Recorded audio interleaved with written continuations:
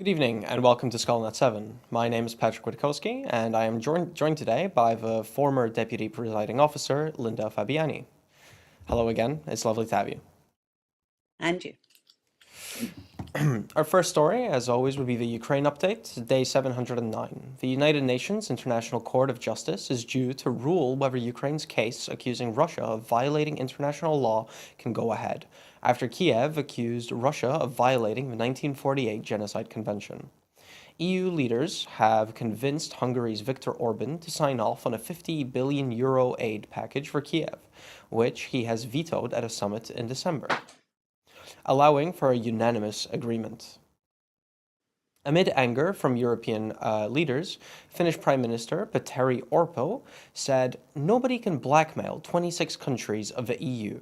Our values were not for sale." Donald Tusk, the Polish Prime Minister, who said he had nothing nice to say to the Hungarian Prime Minister, warned there would be no reward for Orban or anyone who had tried to solicit rotten compromises. Ukrainian President Volodymyr Zelensky said he was grateful to EU leaders for their deal on long-term financial assistance, but also urged them to step up on military aid. Ukrainian forces are believed to have sunk a Russian warship near occupied Crimea in a sophisticated overnight attack by multiple sea drones, demonstrating Kiev's expanding power in the Black Sea. Ukraine's military intelligence published a grainy video showing several sea drones attacking the Russian corvette Ivanovets, ending with three dramatic images showing it listing, exploding, and sinking into the water. Ukraine Army Chief Valery Zaluzhny laid out a set of priorities for Ukraine and named challenges blighting the country's war effort in an opinion piece published on Thursday after reports that he could be dismissed from his post. Zaluzhny said, "We must contend with a reduction in military support from key allies, grappling with their own political tensions." But he made no mention of a rift with Zelensky or the possibility of him leaving his post in a piece published by CNN. The US Senate will hold a crucial test vote next week on legislation that would pair new policies of a southern border with a wartime aid for Ukraine and other American allies. Senate Majority Leader Chuck Schumer said he will set in motion a test vote on the national security package for Wednesday. However, with some Republicans resisting the timeline and many remaining uncommitted to supporting the border policy changes, the bill's future remains uncertain. The Russian National Guard, a force also known as Rosgvardia, is incorporating three former Wagner assault detachments into its first volunteer corps formation, according to the UK Ministry of Defence. A North Korean delegation will visit the lower house of Russia's parliament on 13th of February. State news agency RIA quoted a deputy from the opposition Communist Party as saying on Thursday. Linda, you were talking about before we went live about the grim state of the world and politics. How does that relate to your view of Ukraine and the ongoing conflict? Oh, just what's going on there. I find it depressing, as so many people do. And it's just one of many conflicts in the world today. I'm glad that the EU managed to convince Hungary. And I think that's a really good message that's going out about this aid package to Ukraine. And I hope very, very much that across the Atlantic note has been taken of this and might help President Biden, with getting his package through Congress. Because America is such a big world player, Mm. and I think that certainly the will is there with President Biden to protect democracy in Ukraine, and I hope this EU decision will help him in some measure. We have to wait and see. Thank you so much. Our next story will be the Israel and Gaza latest. The latest figures from the Gaza Health Ministry said 112 Palestinians were killed in Israeli strikes and 148 were injured in the past 24 hours. Rafah is a pressure cooker of despair, said the UN Humanitarian Office, as Palestinians flee south today. It said hostilities in Khan Yunis had forced more people to flee to Rafah in the south of Gaza. Thousands of Palestinians have continued to flee to the south, which is already hosting over half the population of about 2.3 million people. Rafah is a pressure cooker of despair, and we fear for what comes next, said Jens Laerk, a spokesperson of a UN agency. Nearly 4 months of fighting has left Gaza uninhabitable, the UN said, while the Israeli siege had resulted in dire shortages of food, water, fuel, and medicines.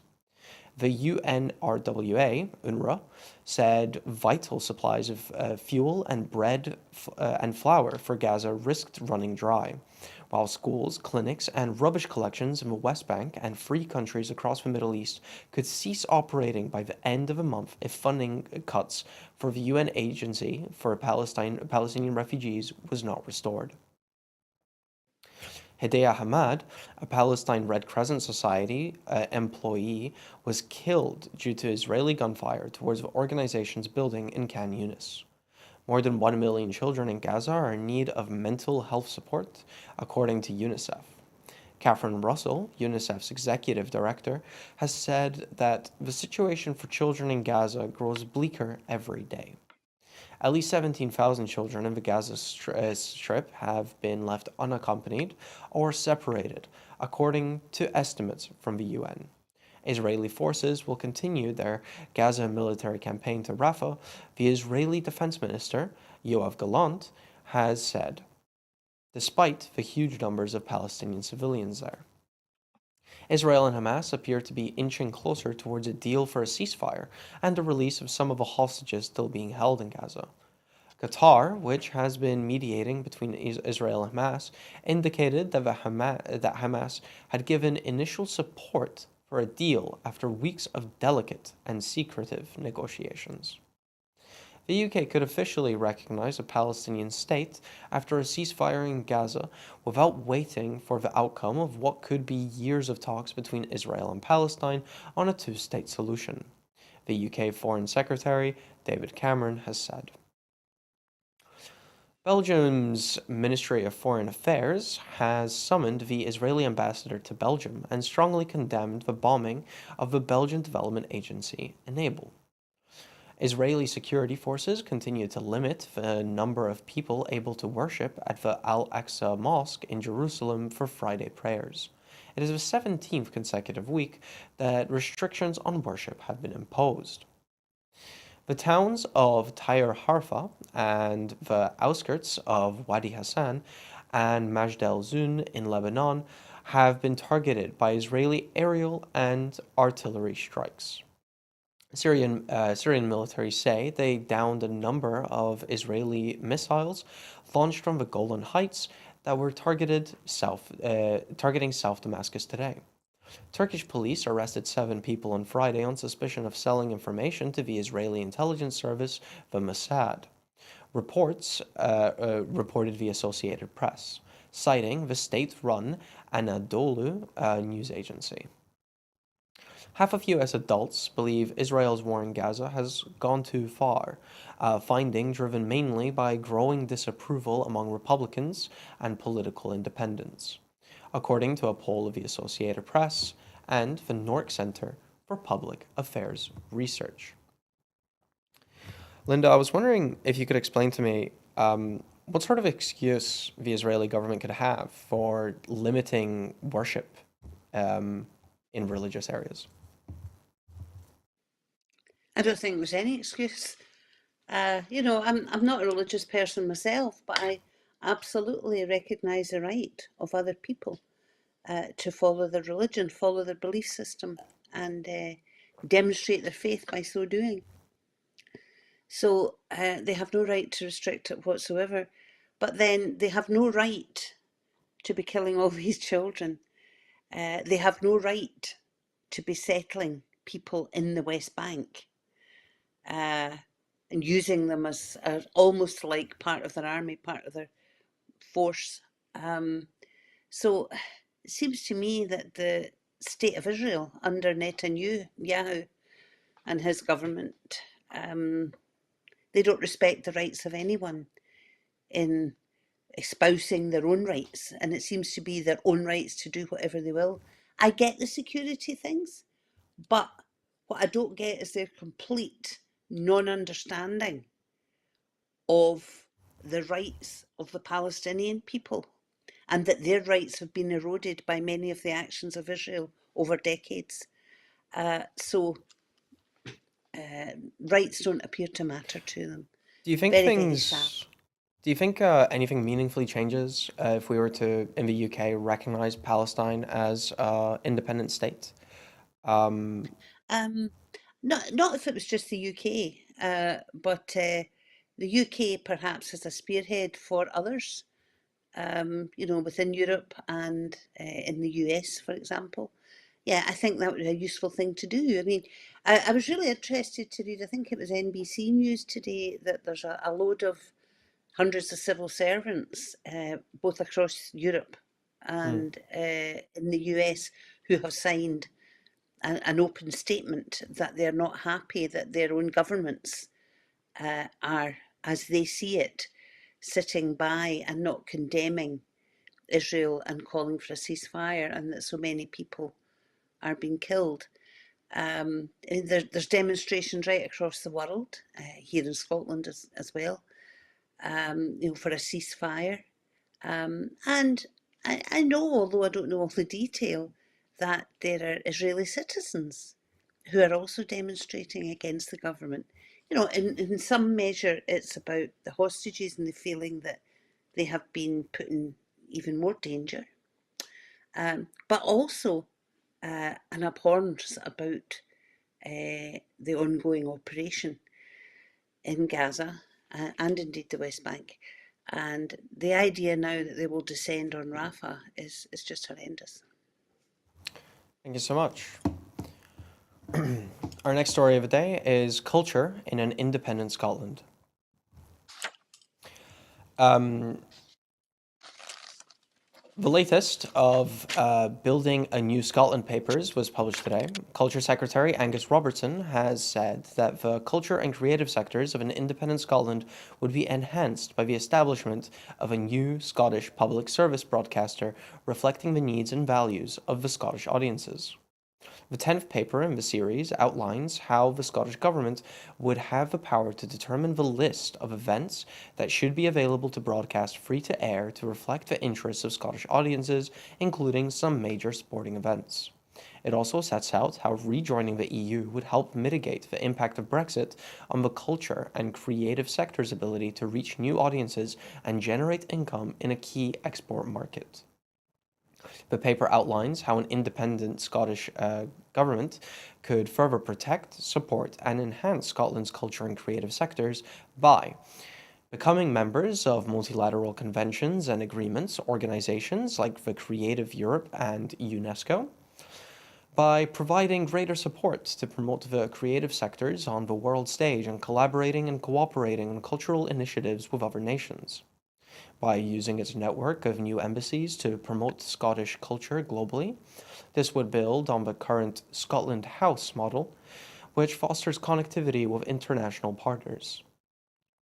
By also building on the success of festivals, ensuring they remain diverse, vibrant, and international through supporting touring from international artists and creative professionals.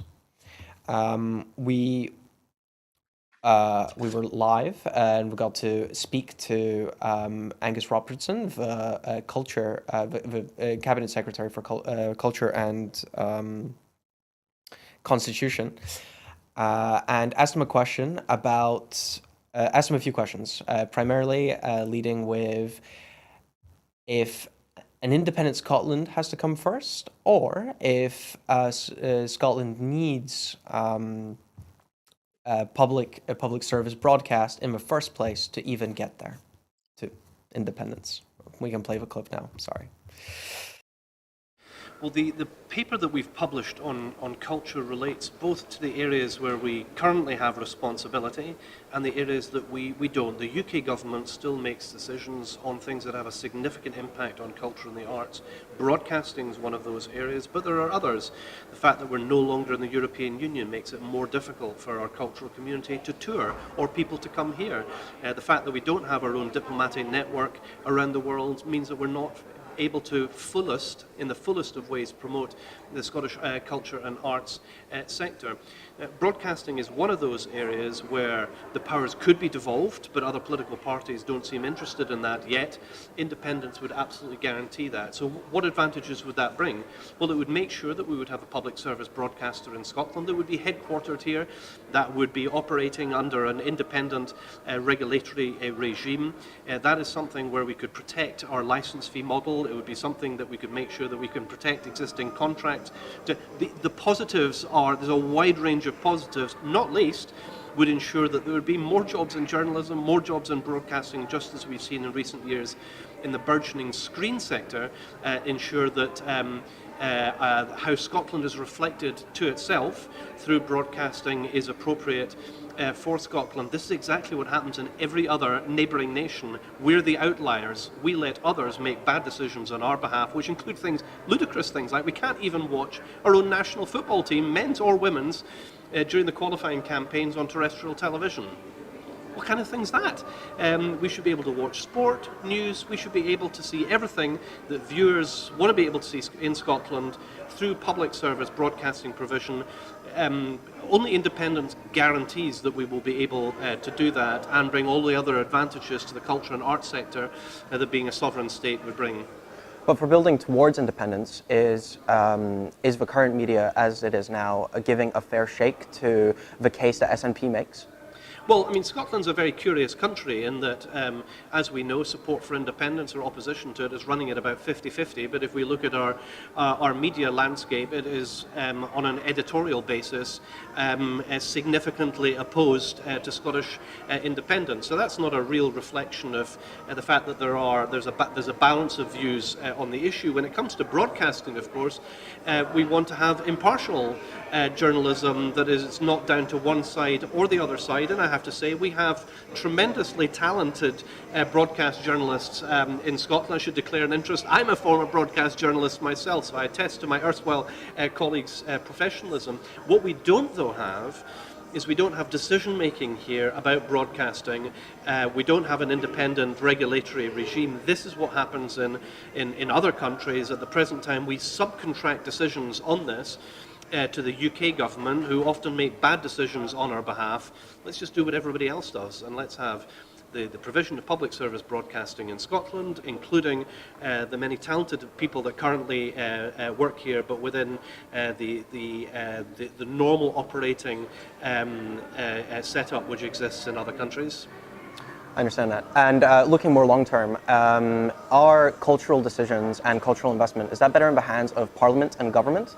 Or looking at other countries, do you think it has more success when given to independent bodies and independent government operations outside of government? Sorry. Understood. So in Scotland, we're very fortunate that the funding of our arts sector operates through Creative Scotland, with an independent arm's-length organisation. We do the same with our screen sector through Screen Scotland. It's not government ministers that should be making individual decisions which fund across our culture and arts sector. That's why we have independent professionals doing that in Creative Scotland.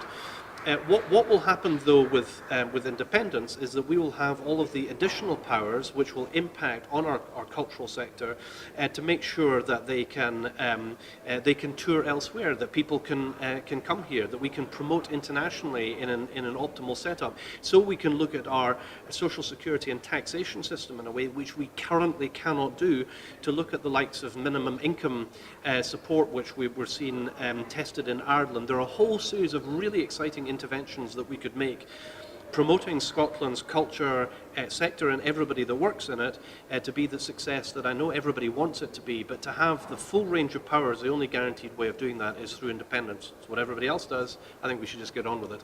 Thank you so much for your time. Not at all. So, Linda, I'm hoping you got to hear all of that. Yes? Yes, I did. Great. And so, just focusing on some parts of that interview before we expand to like talking about this culture proposal as a whole. Do you interpret UK media as being mostly antagonistic towards independence and maybe more specifically the SNP?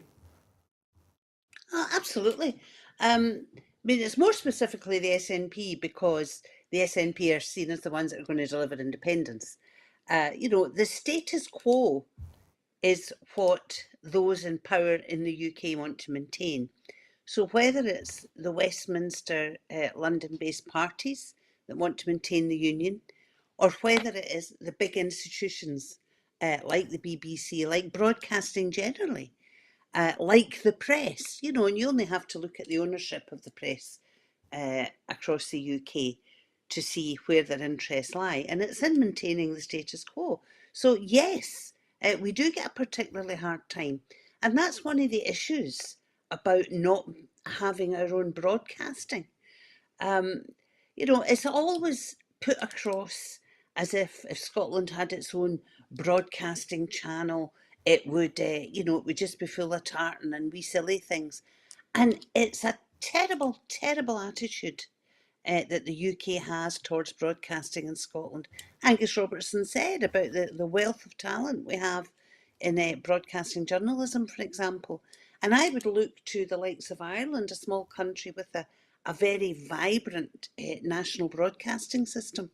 It doesn't just talk about what's going on in Ireland, it looks at the world through Ireland's prism, and that's what we need in Scotland. We need to be looking from Scotland to the rest of the world. We've got loads that we could do. Now, I know that I remember from the Smith Commission, the unionist parties are not interested in the devolution of broadcasting because they would see that as another step towards independence. However, I have to say, I do think there's more that our own government in Scotland could do. We have never, for example, really taken advantage of online broadcasting. Here we have a programme here that is giving world news through Scottish eyes, through Scottish opinion. We have wonderful, wonderful national companies, festivals. Soft diplomacy can be achieved by cultural exploits. I think we're going to go on to talk about that a wee bit later, though, from what you Yes, said there, definitely. Patrick. I won't belabor that. But yeah, I think we should have a bit more oomph about it, be a bit more bolshy about it, Hmm. and I think we should be looking at ways of getting round, the restrictions that Westminster has on broadcasting. I certainly think there's more that we can do, and actually, I think that would help us towards independence. You know, um, Angus Robertson said independence sitting at 50-50. So there's half the people in this country believe in independence. Right. So we should be doing something to make sure that they are seeing what Scotland is capable of in broadcasting. We should be promoting that, and we should be fighting a bit more about what's acceptable to 5 million of us here in this country. Another thing that was spoken about there, a little bit more briefly, to be fair, was Yeah, just how this cultural investment should be handled. Taking a yeah. look at like other countries and maybe drawing on like a bit of your experience, do you have a strong opinion on whether cultural investment is better handled by Parliament and government, or if it's better in the hands of these, I believe they're called like arm's length independent bodies? Yeah, Um, yeah. what do you think of that? Well, there's actually something that didn't become clear in that discussion there. The Scottish Government does have a big element of culture that they fund directly. The national companies, for example, don't go through Creative Scotland. Mm, The festivals are funded directly by the Scottish Government, unless something has changed very, very recently. That is the case. So it is a mixture. And then Creative Scotland is that, you know, independent yeah. organisation, if you like. But that doesn't mean that government doesn't have an input into it. Of course it does.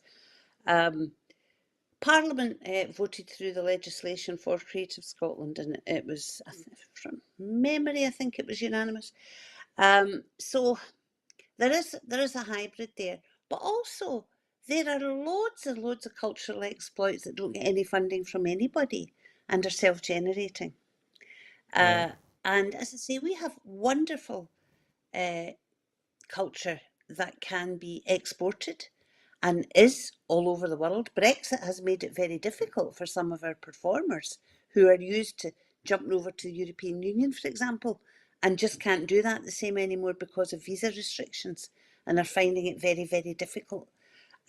So there is a mixture in our funding package. I think for the national companies, it's right that government and or parliaments look at that as something that they can help with, not run, because the minute you start having politicians saying what these national companies should be doing, you've got really big problems there. However, they are the soft diplomacy. They are an arm of government that promotes the country internally and externally. So I think the funding that is in Scotland for culture is probably about right, although that's not to say it couldn't be improved in some Okay. ways. So I guess you're leaning for like a bit of a hybrid system, some of it coming Yeah, directly from Parliament, some of it coming through like these other organizations. Okay. yeah. Now we've also got an interview with Christine McKelvey, who, correct me if I'm wrong, I believe is a culture secretary or Culture Minister, Minister cultural for minister. Culture, Sorry, I get these and other things as words. well, but I can't remember exactly what they are. Gotcha. Well, so we can play the clip now. Christina McKelvey, Minister for Culture, thank you for joining me today. I just wanted for you to expand on your ambitions for culture in Scotland. So we're really delighted to release the paper today on our aspirations and aims for culture in an independent Scotland. But much of culture is currently devolved to Scotland as well, so working on the areas that we currently have devolved. Many of the challenges that we have in the culture sector are related to UK government decisions. So, Brexit is a key aspect of that. The difficulty now that students and other people and artists and creative have with just either coming here to work or going to Europe to work is a huge barrier for people. We would like to lift that barrier, so an independent Scotland in Europe would become a member of Creative Europe and able to work with all of those key partners across the European Union, where Scotland is seen in a global sense as how we portray ourselves as a people, and particularly in broadcasting, how we're able to do that now. Not too well through the public broadcaster being reserved to Westminster and them taking all the decisions on that, but us being able to take the decisions here, a public sector broadcaster in Scotland for the public of Scotland, which will tell the story of Scotland and create the opportunities for all of our creative people, from young students to masters of their craft, to create the content and the amazing works that we know that they already do. So, Linda, maybe in as expansive of a way as possible, what does cultural investment really mean? Outside of like just money being thrown at certain projects, what else can that like include? Oh my goodness, that's a big question, Patrick. But I mentioned earlier soft diplomacy, and that's it's a bit of a technical term. But if you have your culture being seen by others across the world, that has impacts beyond just people turning up to see particular events. It has impacts in the tourism industry, for example. Mm-hmm. It has impacts directly on the economy. And it's about a nation saying, this is what we are and are pleased to be. And when you look at, we underplay it sometimes. Christina McKelvey doesn't, she gets it. Scotland is known in most of the world for certain things. You can talk about the tartan, you can talk about the bagpipes and all of that. But look at the other wonderful things we have. Robert Burns, we're just past Burns Day. And what other country in the world has a song written by their national bard that most countries in the world sing at New Year, when you're talking about Auld Lang Syne? Edinburgh Festival. It was, I don't know if it still is, but it was the biggest cultural festival in the world for a long, long time. And the Fringe, hugely successful as well. So that has direct impacts on our economy through tourism and through culture. Our national companies are hugely well regarded. Our national theatre has had great success in going over to the US, for example. The play that comes to mind for that particularly was Black Watch, which took America by storm when it went over there. Our national orchestra, our national opera, national ballet, hugely well regarded. When you look at people from overseas who are absolutely delighted to be given jobs by our national companies, whether it's musicians, singers, actors, dancers, we are up there with the best. And that is about recognition for Scotland. And the thing is, an awful lot of these people that come, they don't realise that Scotland isn't independent because of the strength of our message and the strength of our culture. And I have to mention our traditional culture. That is absolutely unique. We've got Celtic Connections going on just now in its 30th year.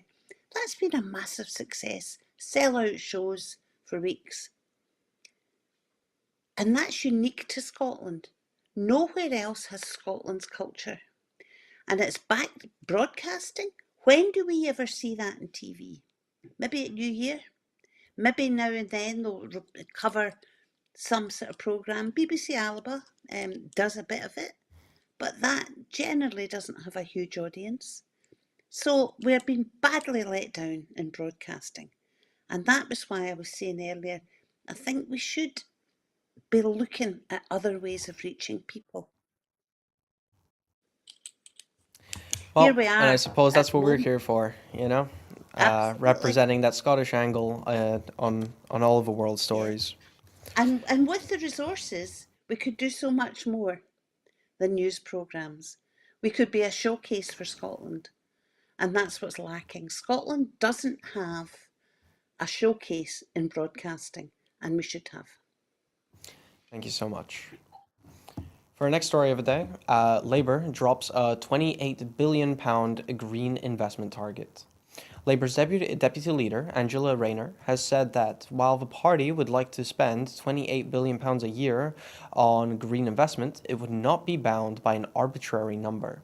She said a lot would depend on the state of the public finances. Speaking on a trip to Scotland, where she was visiting the Glenkinchie distillery in East Lothian, alongside the Scottish Labour leader Anna Sarwar, she denied there was confusion around the Labour policy. Earlier, Darren Jones, a senior Labour frontbencher and shadow chief secretary to the Treasury, all but confirmed that Labour had ditched its commitment to spend £28 billion a year on green investment, prompting warnings that the UK risks falling behind other nations in initiatives to tackle the climate crisis. The SNP has said Sir Keir Starmer's U-turn on investing £28 billion into renewable energy is a deeply damaging move that threatens jobs, investment and economic growth in Scotland. SNP economy spokesperson Drew Hendry MP said both the Tories and Sir Keir Starmer's Labour Party are pursuing an agenda that is the worst possible decision at the worst possible time for the UK's flagging economy.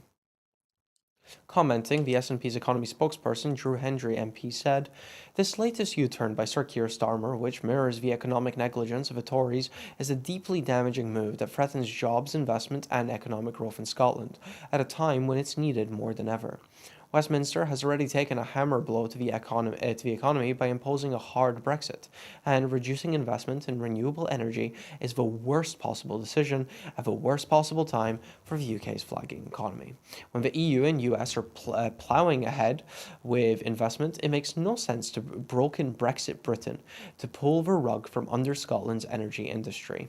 £28 billion is the bare minimum. We should be investing more, not less, to drive growth and reap the rewards." It seems like Labour is on a campaign day by day to cancel or go back on more of their words. Why Mm. is this happening now? Do you have any insight into that? No, I have no insight at all, and I find it, every time they do another U-turn, I'm like, more, more. This one particularly, and even the wording used, the sort of Angela Rayner today. Oh, we're not, it's an arbitrary figure. No, this is a figure that they pledged. It wasn't just, well, maybe they did pluck it out of the air, but nobody else plucked it out of the air for them. They pledged this figure. They gave great hope that things would change if they came into power. And now they're basically saying, well, no, we're just going to carry on with it with the same that's there. We've just had all these new licenses and things given for the North Sea. Labour previously said that they wouldn't grant any more if they came into power, but now you're like, well, if they're backtracking on the green investment, which has a particularly bad effect in Scotland in doing that, you start to wonder just what else they will do that will be the same as what the Tories have been doing. They should have kept it at this crucial time as a flagship policy. They should be standing firm and making the case on this, not backing down on it, because it is so important for the future, for all our futures, for our children's futures, our grandchildren's futures. And it's hugely disappointing to see them backtracking on it. It'd be interesting to see what their next arbitrary figure is, if they get into giving one. Thank you so much. For our next story, a judge throws out the case against Greta Thunberg. Greta Thunberg and four others were charged with public order offences over a protest in London and have been cleared after a judge ruled they had no case to answer. Thunberg was charged alongside Christopher Kebben, Joshua James Unwin, Jeff Rice, and Peter Barker with failing to comply with a condition imposed under Section 14 of the Public Order Act. They had been taking part in a protest outside the Intercontinental Hotel in Mayfair, the venue for an Energy Intelligence Forum, EIF, a fossil fuel industry summit attended by corporate executives and government ministers. All were arrested after the senior officer of the scene imposed the Section 14 order to impose conditions on a protest, which had blocked access to and from the hotel for guests and EIF delegates. At the conclusion of a prosecution case today, the second day of the trial at Westminster Magistrates Court, Judge Laws agreed the Crown had failed to present enough evidence to prove their case. Laws said conditions imposed on protesters were so unclear that it is unlawful, which meant anyone failing to comply were actually committing no offense. The judge said the protest was throughout peaceful, civilized, and non-violent. And he criticized evidence provided by the prosecution about the location of where the demonstrators should be moved to, saying the only helpful footage he received was made by an abseiling protester. He added, "It is quite striking to me that there were no witness statements taken from anyone in the hotel, approximately 1,000 people, or from anyone trying to get in. There was no evidence of any vehicles being impeded, no evidence of any interferences with emergency services, or any risk to life." Raj Chadha, representing Thunberg, Kedden, and Unwin, had argued that his clients had not had the details of a Section 14 order properly communicated to them by their arresting officers. Going through the evidence of each arresting officer in turn, Chadha argued each had failed to properly communicate the details of the conditions placed on the protest. In the case of Kebben, the officer told him he had been arrested for Section 14 obstruction. And in the cases of Unwin and Thunberg, officers gave incorrect details of the location to which the order redirected protesters. Judge Laws said he would grant Chadha's request for the government to pay his legal fees and Thunberg's travel costs. Linda, at this stage, how do you feel about protesting in the UK, and I suppose more specifically England, which is where most stories like this end up coming? Yeah, well, I absolutely back people's right to peaceful protest. And I think that the legislation that they brought in England is just absolutely appalling, draconian in its measures. And, you know, I think it was really interesting just how scathing the judge was today. And I'll repeat the phrase you said because I wrote it down. He talked about it being so unclear that it is unlawful. Mm. And I think, while I was totally opposed to the whole legislation, it looks like they've mucked it up anyway in the putting it together. And it's not the first time under this legislation that there has been such confusion on the part of the police.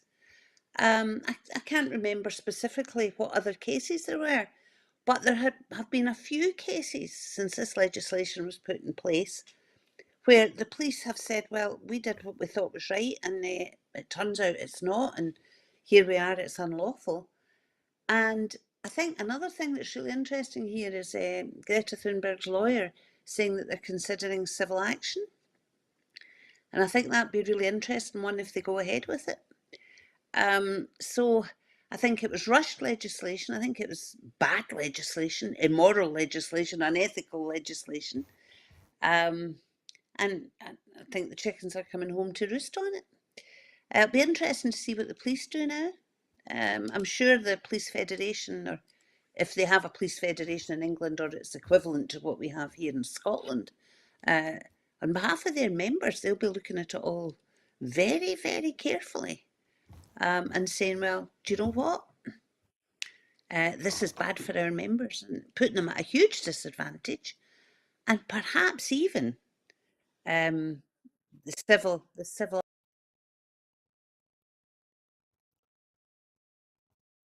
Oh. Um, seems like we're facing some technical issues. I will move on to the next story, and hopefully we'll be able to reconnect with Linda in the meantime. In Scotland. Oh, there you are. We lost you for a moment there. Do you Oh, hear us now, Linda? am I back? Yeah, yes, you're back. Sorry, just finish off that sentence, and we'll move on to the next story. I Just what think you. I was just saying, I know the Police Federation in Scotland would have been on this already Mm. if the Scottish Government had brought out legislation that were putting the police in such a confused state. So it may well be that the Police Federation in England is already looking at this. Interesting. Thank you so much. For our next story, the Tory donors oil and gas company gives North Sea license after a £150,000 fine. Enquist Hever, an oil and gas company owned by Amjad Basusi, a major conservative donor, has been awarded a license to drill for fossil fuels by the UK government, despite the parent company, Enquest, having been fined for illegal flaring. This week, the government granted the right to drill for fossil fuels in 24 new license areas across the North Sea. One of the licenses was given to Enquest Hever, a subsidiary of Enquest.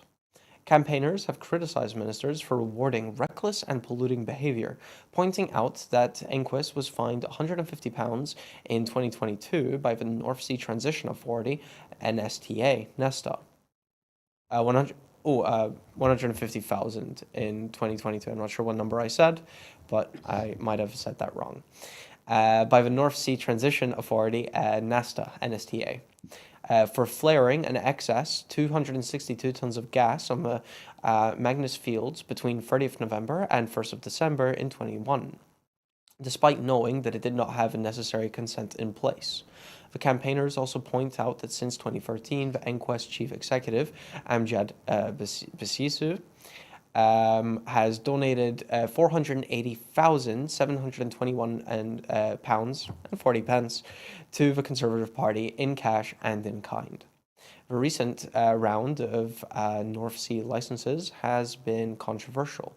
The UK government argues that producing more oil there will bolster energy security, reducing the UK's reliance on imports from hostile foreign regimes such as Russia, and that it is part of a pragmatic approach to the transition to net zero. However, about 80% of North Sea oil and gas production is exported on the world market. The North Sea Transition Authority argues that the licenses will help to ensure job security and provide benefits to the local and wider economy. It said, the round is a key part of the North Sea Transition Authority's (NESTA's) drive to support the oil and gas industry, which currently contributes around 3/4 of domestic energy needs and, according to official forecasts, will continue to do so even as demand is reduced. By contrast, the Climate Change Committee and other energy experts have warned that no new oil and gas licenses should be given if climate catastrophe is to be averted. The Scottish Government Energy Secretary, Neil Gray, has said that the focus should be on energy security needs, while reducing emissions in line with Scotland and the UK's climate commitments and delivering affordable energy supplies, and ensuring affordable energy supplies whilst ensuring a just transition for Scotland's oil and gas workforce. He accused the UK government of showing a total lack of focus on delivering a just transition for the sector. Mr. Gray said the UK government should focus on its responsibilities and work with Scottish government to unlock Scotland's enormous renewables potential.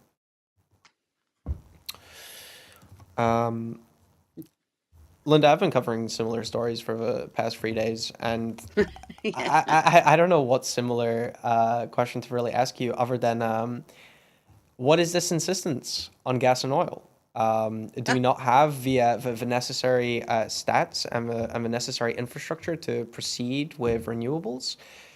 Or what's Yep. going on? Yeah, we do. I don't know what's going on, but anything this UK government does is highly suspicious, I have to say. Now, flaring in particular has a really detrimental effect on our environment. And this was a blatant breach. They just went ahead and did it. There's a couple of issues there. First of all, the fine that was imposed, 150,000 quid. That's nothing to these people. Absolutely nothing. They'll just go ahead and do their illegal flaring again whenever it suits them, in the knowledge that they can pay the fine and move on. I can't remember the figure you said for the donations, Patrick, but Yeah, I'm pretty roughly. sure. I Sorry, can find Patrick, it. you were going to tell me? I am scrolling to it right now, but it was roughly 480,721. That's There just, you yeah, go. that's donations. You know, they give 480,000 to that bunch of ne'er-do-wells down the road, and they get fined 150,000 for damaging our climate. So that's one element of it. I think And it's just to ludicrous. clarify, sorry, that's donations to the Conservative Party. Just to make that clear. Yeah, okay, yeah. Straight to the Tories. What's that? More than 3 times what they were fined for that blatant breach where they didn't even apply for a licence for flaring.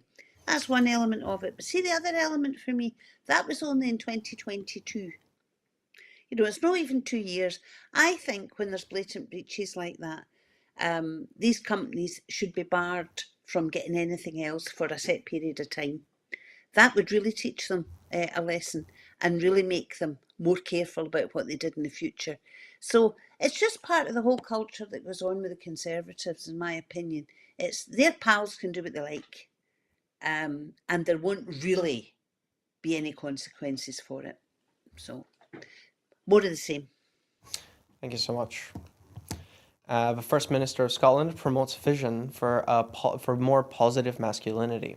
First Minister Hamza Yousaf has held a roundtable with practitioners and leaders who are working to promote positive masculinity in their broader approach to achieving equality across the communities. This involves highlighting to boys and men the benefits of positive masculinity and what it can provide for their everyday lives, including mental health and well-being, as well as positive relations. It also includes highlighting the harm that can be caused by negative behaviors associated with toxic masculinity, which may also manifest itself in sexism, misogyny, and abuse or violence against women and girls. In his program for government speech, the First Minister committed to leading on this issue. First Minister Hamza Yousaf said, "I am committed to leading on this issue as I believe it's important to have a vision for masculinity that is uplifting and positive so the negative male role models we are all aware of can be challenged. If we can promote positive masculinity, then we address deep-rooted inequalities in our society and tackle the root cause of violence against women and girls, namely abusive behavior perpetrated by men. We need to create the safe spaces for boys and men to come together to talk without judgment about the challenges they face, the anxieties they have, and to talk about the positive male identity. We need to be aware of the outcomes for boys of not having this. Educational outcomes, mental health, and relationships can all be affected at having personal and societal at a personal and societal level. Having a vision of positive masculinity and adequate support for boys and men can support them to having better outcomes and can also benefit all of society, including helping to reduce abuse and violence. I look forward to continue working to achieve a vision of a fairer and more equal society. Um, it wasn't directly mentioned in that story, so I guess just to start off, uh, what do you think is on the agenda when talking about positive masculinity and how it relates to toxic masculinity? I suppose. Well, that's my issue with the whole thing, Patrick. I'm sure there's very good intentions here. I mean, it's absolutely right that, for example, we need some education programs, whatever, uh, you know, so that we do reduce violence, so that we do reduce violence against women and girls, and that we give young men a sense of self-worth because there are mental health issues. I get all that, but I've read all the reports about this today, and I have to say, all I'm seeing is a page of jargon, and I'm not understanding what is actually going to be done here. Hmm. Um, I've a bit of concern about the way it's been put over as well. What was it was said? Uh, Working to promote positive masculinity. Now, I Yeah. bet if you went out there and asked 20 folk what positive masculinity is, most of them wouldn't have a clue what you're talking about. Let And alone if then they it's want this, government helping them achieve it. and then it talks about a broader approach to what is it, achieving equality. That to me immediately gave the impression that men, boys, men, need raised up to be equal to women and girls. I Right. think it's been very badly put across. And I also don't see what's going to be done. How's it going to be funded? Where are we at?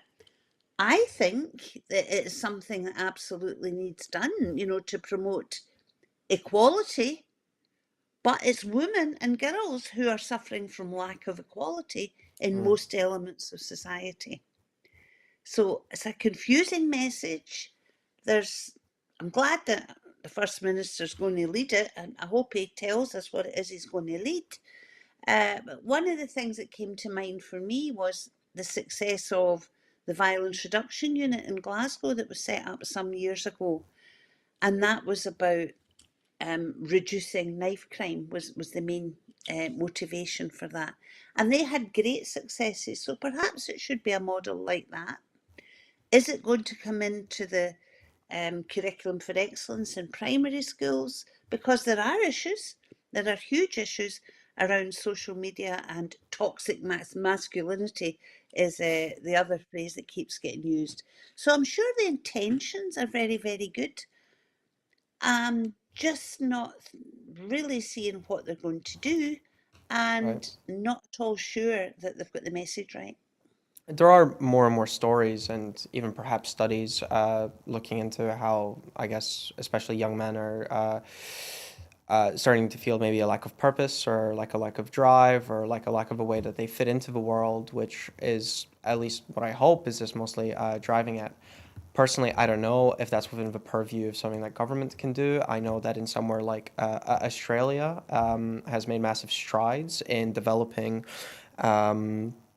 sort of pro men sort of clinics where men can just sort of like get together, talk about stuff, and they've Mm. sort of done like the shed movement. They've been able to sort of figure out how to make men connect in more, I guess, maybe I don't want to say emotional, but just deeper ways. Or maybe even to let men cry sometimes, I suppose. But I don't know how this relates to this case, but Well, I well, think it that's is the something that problem, deserves looking Patrick. at. Everything you're saying is valid. absolutely valid in so many ways. But I'm not seeing anything in what came out today that would make people say, oh, that's what they're talking about. They've Yeah, got a point. yeah, I I feel think they like I might have, be filling in some blanks here. I definitely yeah, feel they that have way. to be looking at messaging here because it is very, very unclear. Well, hopefully this will develop with time, and hopefully we can celebrate positive moves in the coming weeks. Yeah. For our last story of the day, today is Groundhog Day, and Puxatawny Phil has predicted an early spring. Punxsutawney Phil's winter weather forecasts was announced shortly after sunrise today and predicted an early spring this year. We cannot say whether Punxsutawney Phil is aware of a global warming and the climate crisis. He obviously cannot speak, as it is left for humans to determine. CNN pointed out that the woodchuck's record is unreliable and that Punxsutawney Phil has only been correct in his forecast 39% of the time since the ritual began in 1887. A federal agency took a look at the animal's record last year and put his accuracy rate at about 40%. The buck-toothed animal emerged from his nook in the Gobbler's Knob, Pennsylvania, to crowds of a scene of the largest and best-known Groundhog Day celebration in the United States. The annual event is a tongue-in-cheek ritual in which Phil's handlers, members of a club with roots in the late 19th century, reveal whether the groundhog has seen his shadow, ushering in 6 more weeks of winter weather, or hasn't, presaging early spring-like weather. The 1993 film Groundhog Day, starring Bill Murray, brought Punxsutawney Phil to the world stage and gave us the expression Groundhog Day, used to refer to being trapped in repeating cycles of behavior. Hopefully, a little bit of cheer to gloom up the end of a broadcast. Well, do you know, repeating cycles of behaviour, and my goodness, we keep seeing that in the world over and over and over again. Maybe we should turn it over to the groundhogs to run, eh? Well, if only politics was handled by Punxsutawney Phil, and we might be able to chuckle a bit more. Well, no, not if he's only right 40% of the time. I don't want to make any comments regarding. I mean, maybe that's the average government success rate. I don't know. Well, anyway, It maybe beats the average government success rate. that will wrap us up for this evening. Thank you so much for joining me, Linda Fabiani, former Pleasure. deputy speaker. Yeah, I'm presiding officer. I'm so sorry. I'm so Presiding America brain orifice. right now. It's my accent. It's kicking in. Well, that is it for this evening. Before I go, I just want to remind you that at Broadcasting Scotland, we depend on the generosity of our supporters. So to everyone who has donated and to everyone who has signed up to make a regular monthly payment, thank you very, very much. Thank you to everyone who has donated to our emergency crowdfunder over the past 2 weeks. We are now only £2,000 short of our target, and very hopeful we will reach £10,000 by the end of the week. Although the immediate pressure has eased and we can now focus on securing the future of independent broadcasting for Scotland, which seems like it's maybe on the agenda, our need to grow our subscriber base and increase our funding is still urgent. Good night, and thank you for watching.